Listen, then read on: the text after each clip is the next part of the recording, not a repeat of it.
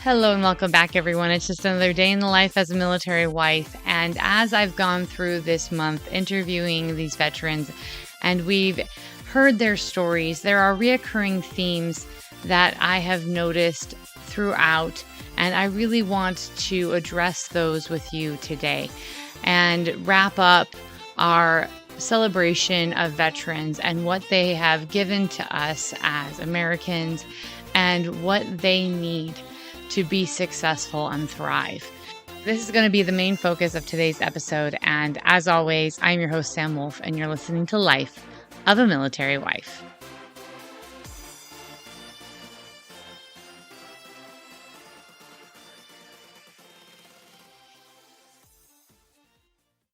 One of these crucial things that I want to discuss is a support system. In the military community, we active duty have a built-in support system. Sometimes it's SFRG or our other unit groups. Sometimes it's our neighbors in our community, other families in our duty stations, the Chaplains Association. You'll find these and you have to build them at every duty station. But the longer you're in the military, the better you typically get at finding those support systems, finding those friends, building that community. But then once you leave active duty military and you enter the civilian world, it's different.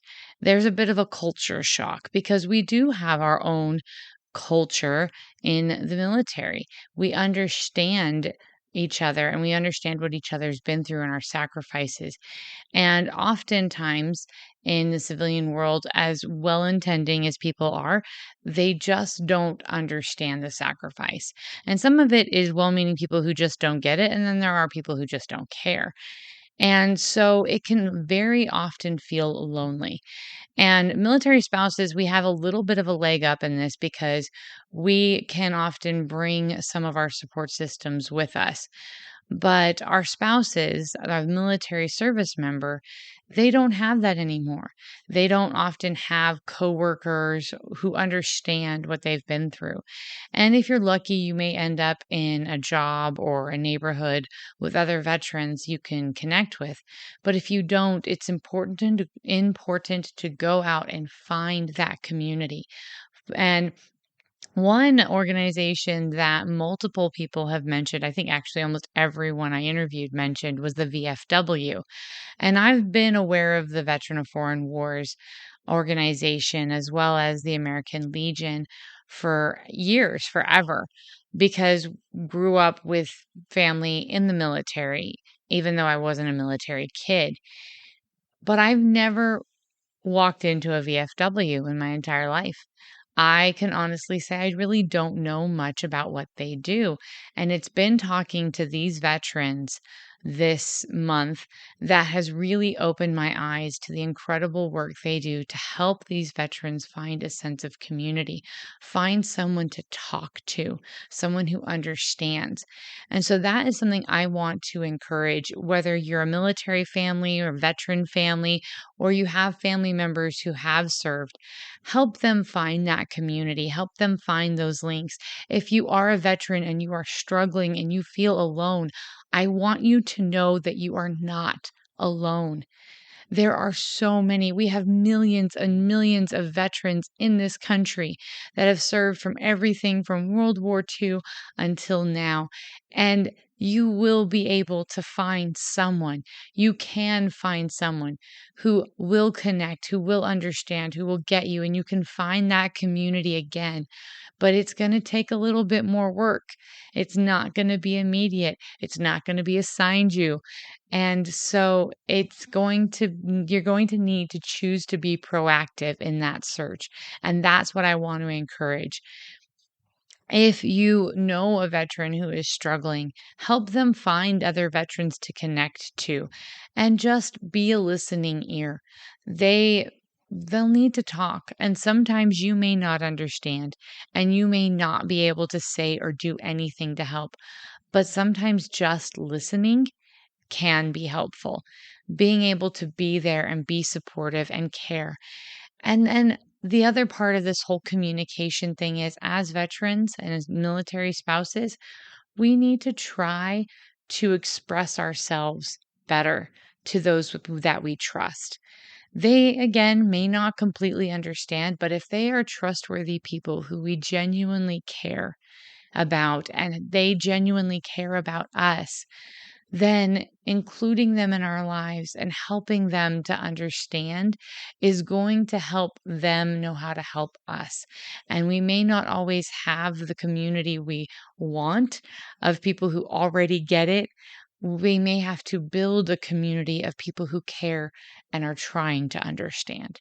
So that was the two sides of that coin, is finding a support system, finding someone to talk to and who can listen and understand. And as military spouses, I feel like we have that a little bit more. We have to be a little bit more proactive than our husbands.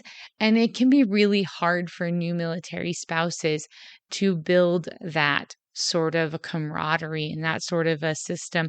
And I've talked about this before, but I've talked about marble jar friends, kindred spirits, those people that you know that no matter how much time pass and how much distance separates you, that you can turn to them when you need someone to talk to, when you need a shoulder to cry on or support or someone just to listen. And it is so important to cultivate those friendships and return to them when you are in need. And you know what? There are friends that I have that I know I can count on for anything, and it doesn't matter if they live on the other side of the world. If I need a shoulder to cry on, a person to talk to, someone to lean on to get me through a hard time, I have people I can call, and that's something everybody needs. We need real people that we really can trust and that we have really known, and sometimes we have to just find someone that we connect with. And that's where the military community builds up. Some of these veterans talked about how they had to reach out to total strangers and just hope that they would find a friend. And they did. They were blessed to find a friend. I'm so grateful for amazing veterans who will support each other, even if they've never met each other before, and how it builds that unity, having that common background. But if you do reach out and you do try to find support, and it is through some of these organizations, and they're strangers, they're people you don't know, and it doesn't pan out, don't quit. Don't give up because you can find someone out there. Now, this transitions into the next topic, which is mental health and emotional health. There is a huge struggles in the military community. The military is very notorious for saying, walk it off, push through it, and it's all in your head. They don't really take the time to let people process things because you don't always have that in the heat of the moment. You don't always get that luxury.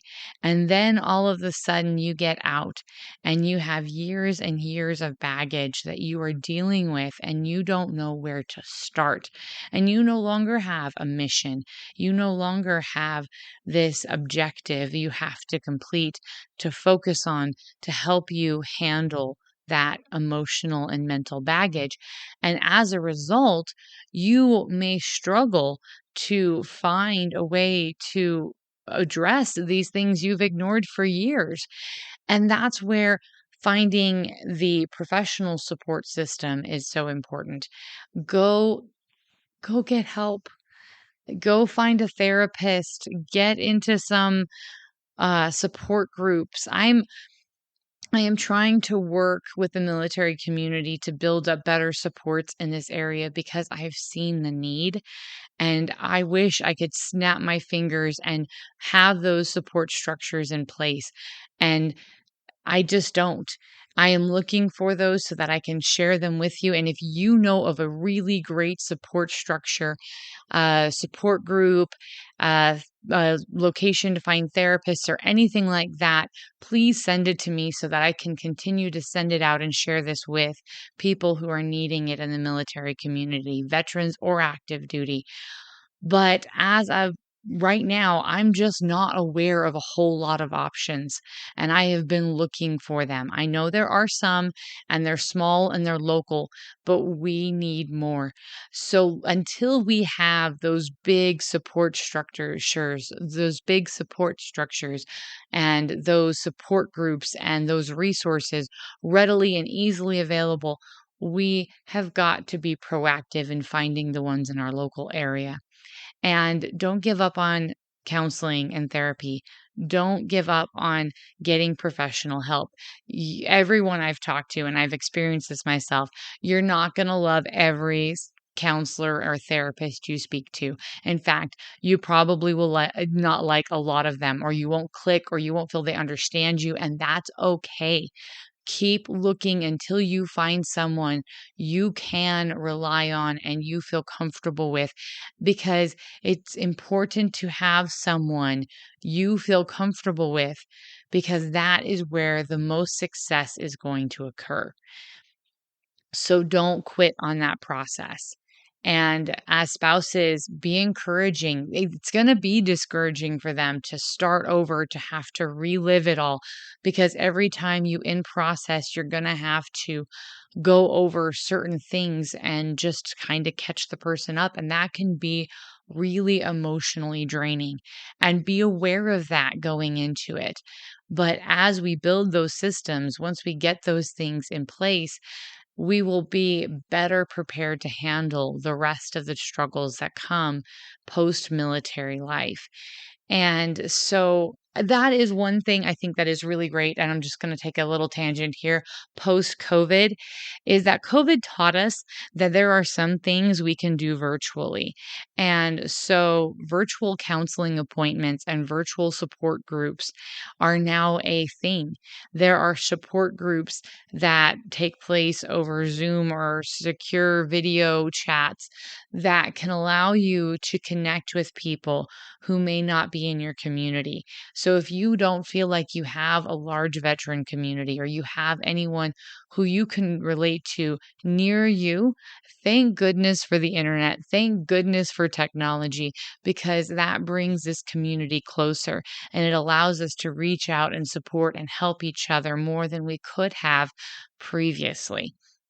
So, TechFlex, use those technological resources you have to support those in need that you know of, and just make sure that they've got what they need to get through this hard time. And there's hard times for all of us. You've got good days, you've got bad days, but this transitions into the last major theme that was really hit on, and that is finding a purpose, finding a passion.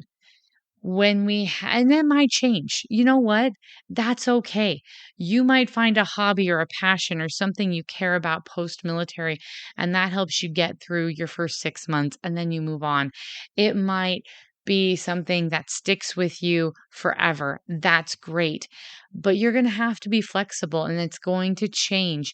Be patient with yourself, and as spouses, be patient with your military member, your service member, as they go through this adjustment period of finding a new motivation, finding new hobbies and new purpose. And I had the blessing of taking a class recently and found out nearly every instructor of this class, not all, but quite a few, were part of the military community, and they were former service members. And so it was really cool to see how they had found this hobby, and they were building this class and teaching this curriculum and supporting each other.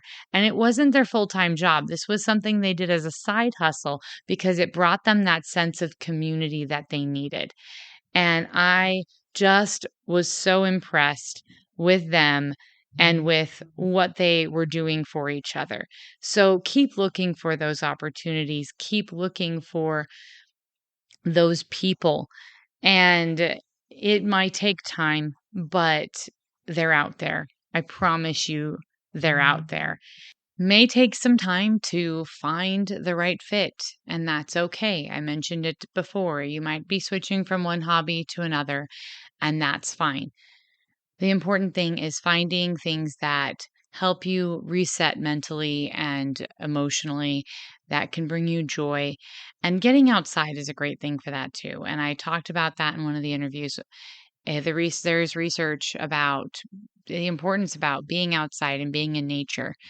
And that's just something I don't think we always prioritize. I don't prioritize in the winter. Oh my goodness, I hate being out in the cold. So it's definitely a thing to keep in mind, and maybe you live in an urban area and it's not possible, but do what you can. I'm going to move on to the last thing that I've really just over and over been brought to my mind. Military life is hard on marriages. I have talked about this before, and I will talk about this probably forever. Military life in and out of active duty service is just hard on marriages. And so that is something you need to be aware of and accept ahead of time and be proactive about. You are probably going to need to go get some help and find some resources and therapy, counseling. Those things are great. And do it before you think you have a problem. The other thing is it takes a lot of patience and maturity and communication skills, and every marriage is going to have its hard times. And it is never going to be a cakewalk, but we we do it for a reason. I love my husband and I respect and admire his ability to sacrifice for the goodness of this country and for the safety and security of our family and to protect people he has never met. And I respect all of the other service members who put their lives on the line to do that as well as our first responders. But the other thing is, as a spouse, I have to understand that that comes with a price. And we have amazing days, and my husband is my best friend, and I would not trade our marriage for anything. However, I do have to be realistic and understand sometimes we need help. Sometimes it's going to be hard, and sometimes it's going to be lonely.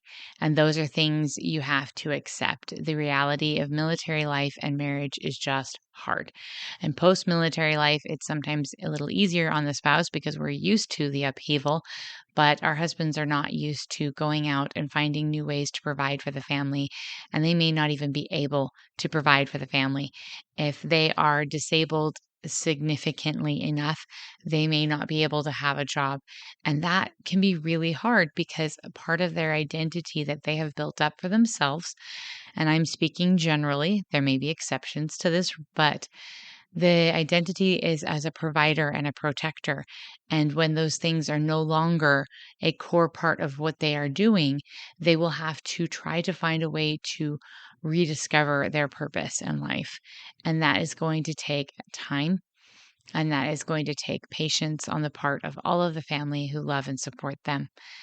And at the same time, encouraging them to do that, to get out there, to try to find those things because they might be depressed, they might be discouraged, they may have procrastinated taking care of their mental health for so long that it's built up and they now all of a sudden have it crashing down on them and they're not sure where to start.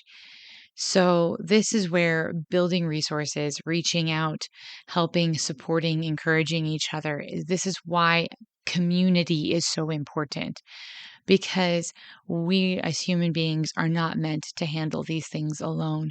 We are meant to support and uplift and encourage one another. And unfortunately, the oftentimes in the out of the military world in the normal civilian world, that is not a given. That is not as easy to find. And so please look for those organizations, those communities, those resources, those people who are going to help you with that. And know that you're not alone. As a veteran, as a veteran's family, you are not alone. We have millions, millions. Literally, I know off the top of my head, we have at least 2 million. I guarantee you it's more than that, but I remember a statistic randomly from way back years ago reading a report. So we've got millions of military veterans and their families in this country, and we can be that community for each other. But also look towards your families, support your spouses, find those resources, get counseling. Mental health is important. And know that you're not alone. With all that said, let's work on being the good that we want to see in this world. Let's be that community and those resources and those bridges to those around us who are struggling. And as always, I am your host, Sam Wolf, and you've been listening to Life of a Military Wife.